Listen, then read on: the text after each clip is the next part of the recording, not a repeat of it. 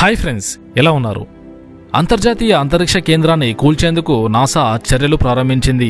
ఈ నేపథ్యంలోనే Elon Musk చెందిన స్పేస్ ఎక్స్ సంస్థకు అంతర్జాతీయ అంతరిక్ష కేంద్రాన్ని కూల్చివేసేందుకు నాసా కాంట్రాక్ట్ను అప్పగించింది.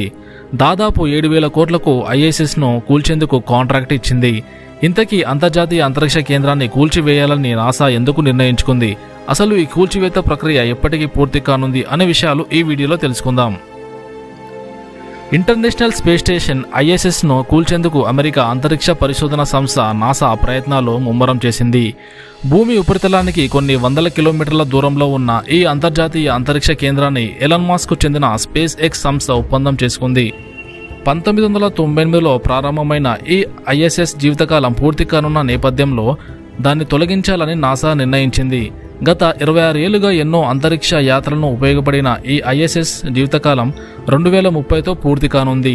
ఈ క్రమంలోనే ఈలోపు ఐఎస్ఎస్ను విచ్ఛిన్నం చేసి అక్కడి నుంచి తొలగించాలని భావిస్తుంది. ఇక ఈ అంతర్జాతీయ అంతరిక్ష కేంద్రాన్ని విచ్ఛిన్నం చేసి తొలగించేందుకు ఎలాన్ మస్క్ చెందిన స్పేస్ ఎక్స్ సంస్థకు నాసా కాంట్రాక్ట్ ఇచ్చింది. $843 మిలియన్ అంటే మన భారత కరెన్సీలో 7,000 కోట్లతో ఒప్పందం కుదుర్చుకుంది. ఈ ఐఎస్ఎస్ తొలి విభాగాన్ని 1998లో ప్రారంభించగా ఆ తర్వాత దశల వారీగా విస్తరించారు.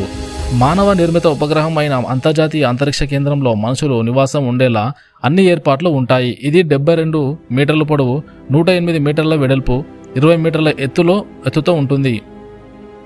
ఇందులో 5 రూమ్లు ఉన్నాయి. ఇప్పటి వరకు 19 దేశాలకు చెందిన వ్యోమగాములు అంతరిక్ష పర్యాటకులు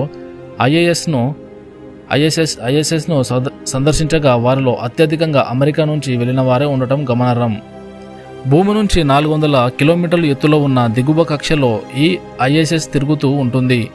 ఈ ఐఎస్ఎస్ ఒకసారి భూమి చుట్టూ తిరగడానికి 93 నిమిషాల సమయం పడుతుంది. అంటే రోజుకి 15.5 సార్లు భూమి చుట్టూ తిరుగుతూ ఉంటుంది.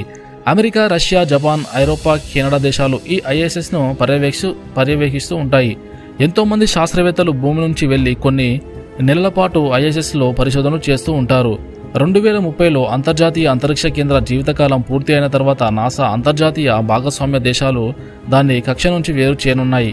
ఆ తర్వాత ఐఎస్ఎస్ను సముద్రంలో పడేయనున్నారు. దానికోసం జనసాంద్రత లేని ప్రదేశాలను గుర్తిస్తున్నట్లు నాసా ఒక ప్రకటన విడుదల చేసింది. ఐఎస్ఎస్ను కూల్చివేసి ప్రక్రియలో మొదట ఫుట్బాల్ మైదానం అంత పరిమాణంలో ఉండే ఈ రీసెర్చ్ ల్యాబ్ను 2030 మధ్యలో మెల్లిగా కిందకి తీసుకురానున్నారు. ఆ తర్వాత అందులోని సామాన్లతో వ్యోమగాములు భూమి మీదకు దిగుతారు. ఆ తర్వాత స్పేస్ ఎక్స్ ప్రత్యేకంగా అభివృద్ధి చేస్తున్న యుఎస్ డిఆర్బిటల్ వెహికల్ ఐఎస్ఎస్ను భూ వాతావరణంలోకి తీసుకువస్తుంది. ఆ తర్వాత అంతరిక్షం కేంద్రం కాలిపోనుండగా వాటి శకలాలను స్పేస్ ఎక్స్ సంస్థ సముద్రంలో పడేయనుంది. ఫ్రెండ్స్, మరిన్ని లేటెస్ట్ ఇన్ఫర్మేటివ్ వీడియోస్ కోసం లైక్ చేయండి, ఛానల్ని తప్పకుండా సబ్స్క్రైబ్ చేసుకోండి.